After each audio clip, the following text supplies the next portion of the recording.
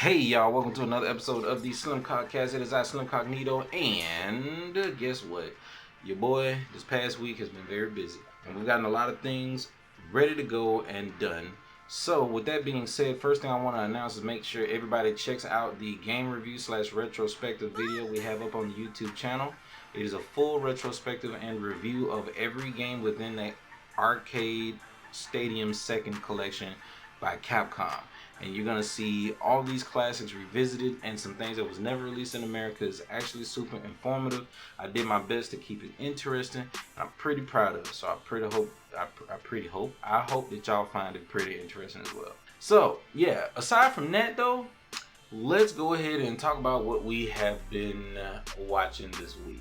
So this past week I decided to pick up a show, which is something I needed because I ain't been watching those shows lately. I took a little detox because I've been consuming a lot of media, and now that I'm back on it, I gotta be honest, man. I caved in.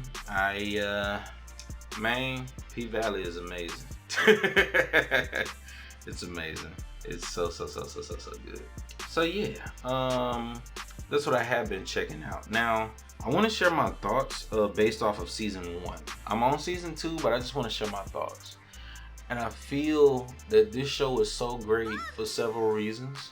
One, it's not afraid to tackle topics that most other shows are afraid to write for. And it's not afraid to show things that the world ain't used to. Like, when it comes to Southern living, everything looks simple, but that's how it is.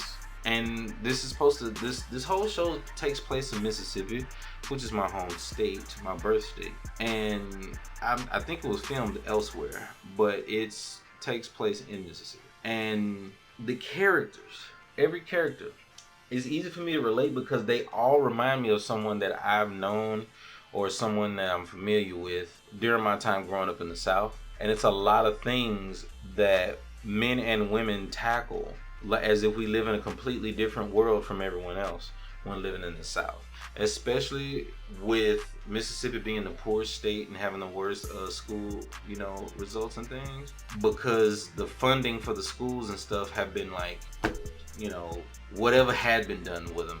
It's pretty bad, and it shows because you have people here who are fighting to get out of here, trying to use their skills, trying to use their talents, wanting to make something out of themselves, and thirstier than anyone else out there in order to make something happen.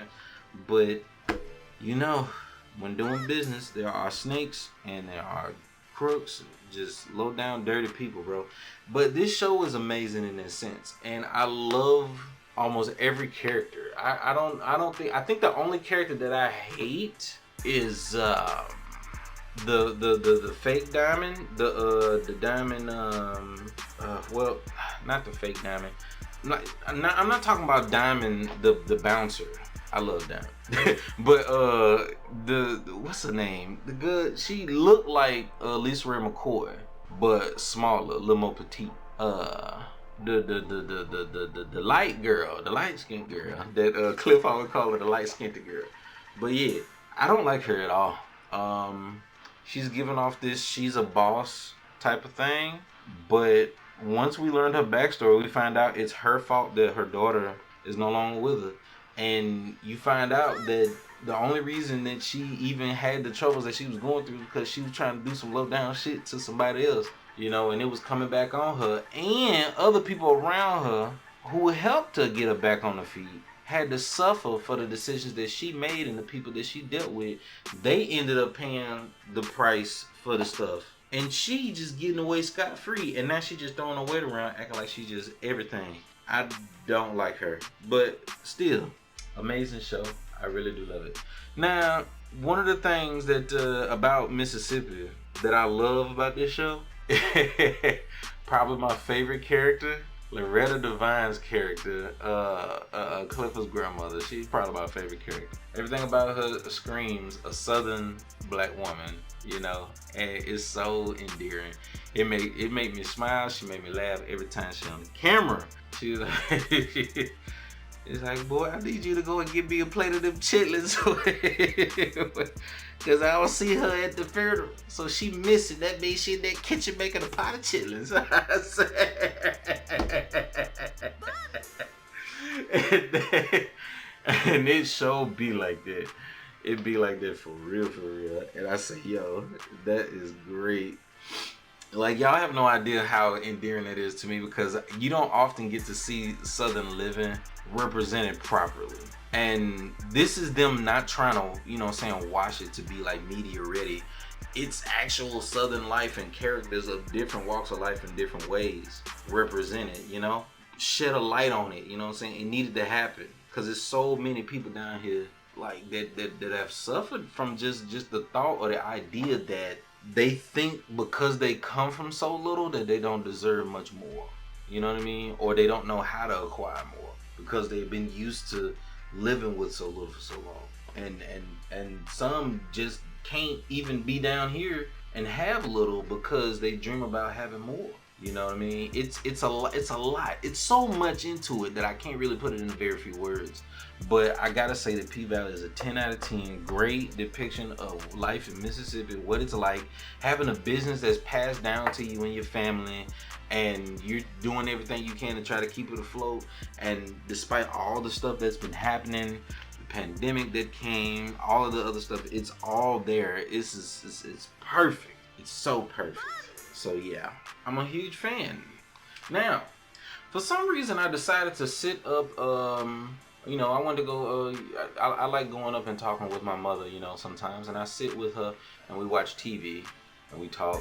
And we decided to watch a show that she was. What was it called? Jennifer's Body. Yeah, Jennifer's Body.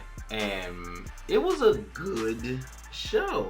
Like, I remember watching it back in the day, and I did actually enjoy it. It's not bad. Because that was my first time seeing Aisha Tyler on screen, which, by the way, great comedian, great actor, great voice actor, and great black woman. Now, Jennifer's Body, the whole premise is supposed to be a woman that can communicate with the ghosts and the dead, and she goes around solving people's problems who are being haunted by ghosts. So she's basically a modern day, I guess you say a modern day CSI version of the Ghostbusters. Her and her friends and whatnot, love interest. But she be going through it, bro. Like, she'd had friends that died and came back as a ghost. People that been possessed. Her daddy got possessed by a ghost. Her husband got possessed. It's crazy, but not a bad show to revisit, to be honest. I had to give it props, because the plot and the writing is actually good. But the only thing that misses beats sometimes will be the actors and their cues, but they pull it together so well it doesn't matter. Basically, all together, I don't want to just give it praise, because it ain't perfect, but the way it's presented is more than digestible. So you're able to suspend your disbelief and get immersed. And I've heard some real good lines off of this script, bro. Like, I've heard some lines and I say, yo, that's a good line. I gotta give them credit. Like, that did it for me. So yeah, you let me know what y'all think. Anywho's, I guess it's about time to get into what we've been playing this week. So, we started a horror game called Remorse the List. I'm not really familiar with it. I went into it kind of blind, so we're gonna see. But Remorse the List, the whole premise thus far that I've seen is just that you're trapped in this like neighborhood. It looks like it takes place in like the UK somewhere, and there's apartment complexes everywhere, and you're tasked with finding like these 3 haunted items or something. The game is very indie, and I've had it crash on me several. I don't want to lie. I've had it soft lock and soft crash on me like 3 times.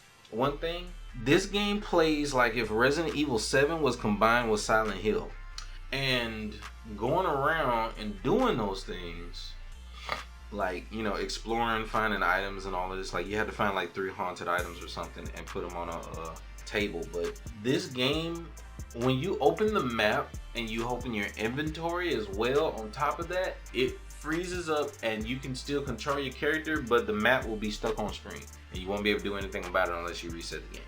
That was frustrating, and it cost me, it crashed on me. It did that soft lock like twice. The other time, it just decided to close. It just soft crashed. But either way, the game is actually not terrible. There were parts that actually scared me, and the fights and whatnot, encounters with the enemies are actually unique and like cared for. Like they put some energy into it, so I gotta give them credit. It's a solid 6.5, maybe a 7. You know what I mean? For an indie, I'm gonna say 6.5. That's what I got for you.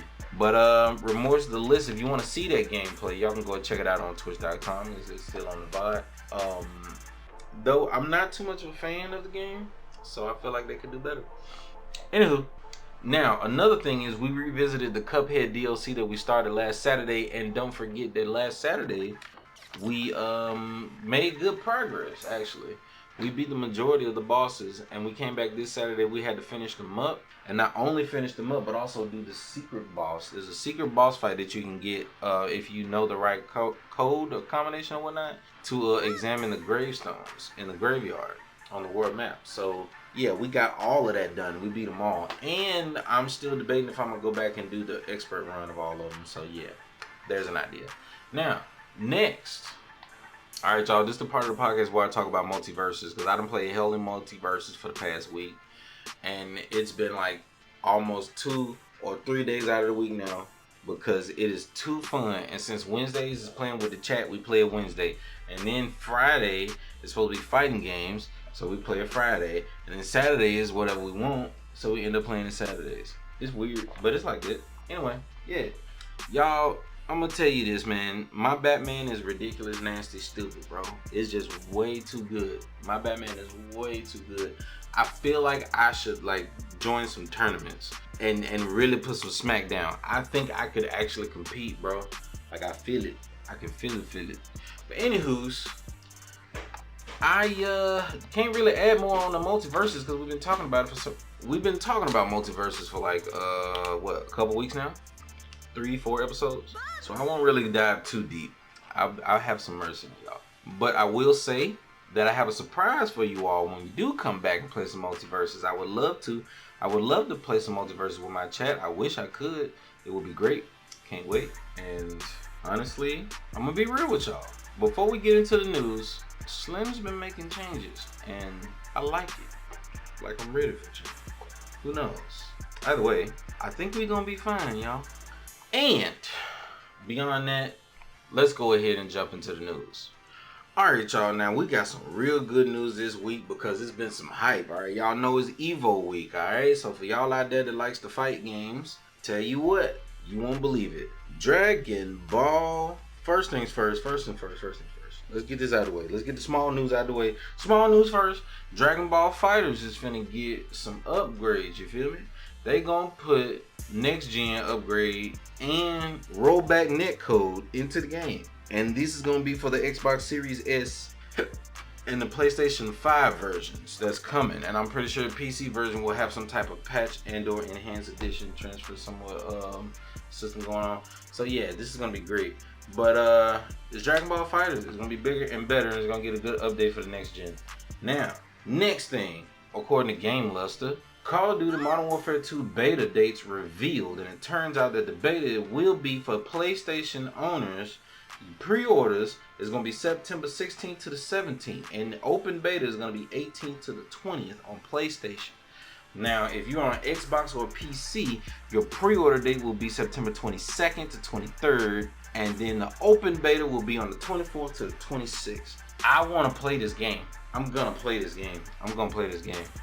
I'm actually ready for it. I can't let myself get excited, okay? I can't get excited about the game because, well, I want to give it a chance. That's all I want to do. I want to give it a chance, and hopefully, I really hope I don't regret giving it a chance. Anyway, now, during Evo, there was an announcement, a slight trailer, a classic trailer from way back in, what was that, Tekken 03? Tekken 2? Tekken 2, where Kazuya had his father, Heihachi, in his arms, getting ready to drop him off that cliff, and then looks at the camera and smiles. That classic creepy ass cutscene from way back when. And guess what? It had a bit of an update. It just switched to a modern day like Kazuya character model and just long story short, it seems like that it's a hint or teaser that shows that Tekken 8 is on the way. So yeah, get ready for that. And that seems to be one of the things that I'm extra hype about. But another thing that I'm happy about when it comes to the fighting game news this week is during EVO, they showed another full-length 2.5-minute trailer for Street Fighter 6. And this trailer includes a new character that they introduced named Kimberly. And Kimberly is a ninja from like just the neighborhood streets of New York or wherever, or the Metro City, excuse me. And she listens to music in her headphones connected to a Walkman while she beats people up using ninjutsu. And it's crazy. It's actually dope. And she's black. Like I haven't seen something this dope. And she loves graffiti as well. She likes to like spray paint cans and stuff all over the place. And it's incorporated in some of her moves and her character animations. It's so good.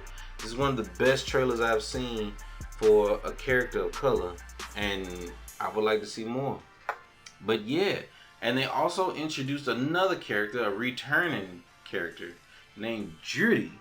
Juri, for those that know, well, basically there's been some changes about her that allows her to be not only easier to play, but better to hold up against other people in the meta. So this Juri is not only new in concept art and design, but also new in gameplay. So yeah, I think this is amazing. And don't even start on the art style of this, man. Street Fighter 6 is gonna be so sick. I can't wait to play it. Oh, it's gonna be so perfect. I can't wait. Oh, it's gonna be so perfect. Anyway, I believe that aside from so many other knickknacks of things, for instance, the release of the Mortuary Assistant and, you know, EA bullying Sims for content creators for no reason, stuff like that. Like, there's a lot going on, but the biggest thing that's been going on this week is definitely EVO and these fighting games. Alright, last thing that I wanted to touch on that I forgot to put into the what we've been playing this week. I wanted to revisit the discussion about the game that we were playing on Thursday, Mega Man X. And Mega Man X, right now I'm doing a retro achievement for them. This is one of my favorite games of all time, probably my second favorite of all time. And the thing about the achievements for Mega Man X is that they want you to do some fairly challenging but easy to understand things. But now I'm at the last stretch and it's ridiculous how hard this shit is. I'm on the last two achievements, and one of them is a zero mode where you have to beat the game with no body armor. To be fair though, the hardest part is just getting past the Sigma boss fight. Everything else I did relatively easy, but that's because I've been playing this game since I was a kid. But I got it done, and now we're trying to get this one achievement done, and it literally is hard as balls, but I'm gonna get it. But anywho's, yeah, that's just something I wanted to touch on real quick. But we're going to get up out of here. I'm going to go ahead and call the podcast. Y'all take care of yourselves. Love, peace, and hair grease. Hug your nephew and love your niece. I just wanted to give y'all a little tidbit on jump in on something. I've been very busy this weekend. The podcast is going to be kind of short because not only do we not have enough material, but I am exhausted, y'all. So, look, I'm going to see y'all next week. For those that are listening, I'm going to see y'all next week. And for those that are coming in the stream, Tuesday, we pop things off exactly where we left it. Brand new horror game to start and more. So get ready. And always remember the channel motto. Intentions are the most important. Actions ain't nothing but loud, and words don't mean a damn thing. Y'all take care of yourselves and peace.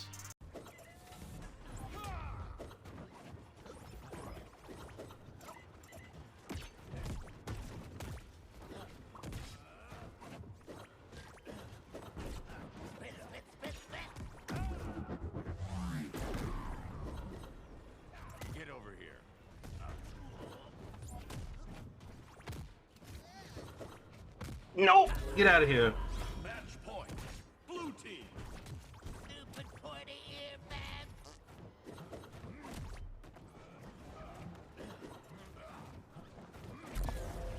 He couldn't keep up. He couldn't keep up. Get out of here, boy. Get out of my back cave, bro. Hey. Would you stop spinning?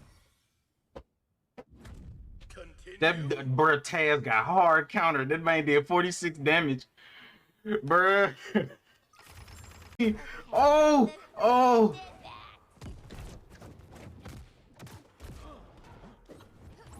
That's not ready. Oh! This bugs, bro. We kicking ass, boy. Oh my god. I couldn't save you, Bugs. I'm sorry. Winter fell off the stage.